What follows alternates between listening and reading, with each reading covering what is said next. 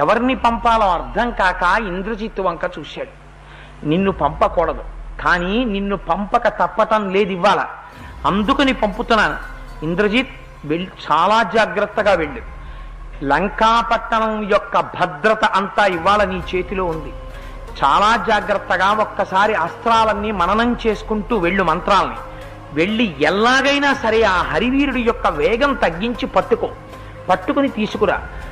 అవకాశం దొరికితే సంహరించు, బయలుదేరమన్నాడు. తండ్రికి ప్రదక్షిణం చేసి నమస్కారం చేసి వాడు గొప్ప టక్కుట, బాబోయ్ ఇంద్రజిత్ అంటే సామాన్యుడు కాడు, వాడి యుద్ధం అమ్మ నాయనోయ్, వాడి అసాధ్యం కూలిపోనోయ్, రేపటి నుంచి యుద్ధకాండలో వాడి యుద్ధం చూద్దురు కానీ ఇంద్రజిత్ అంటే ఏమిటో అసలు. వాడు వెంటనే లేచాడు. వాడి రథానికి అందరూ గుర్రాలు కట్టుకుంటారు, గాడిదలు కట్టుకుంటారు.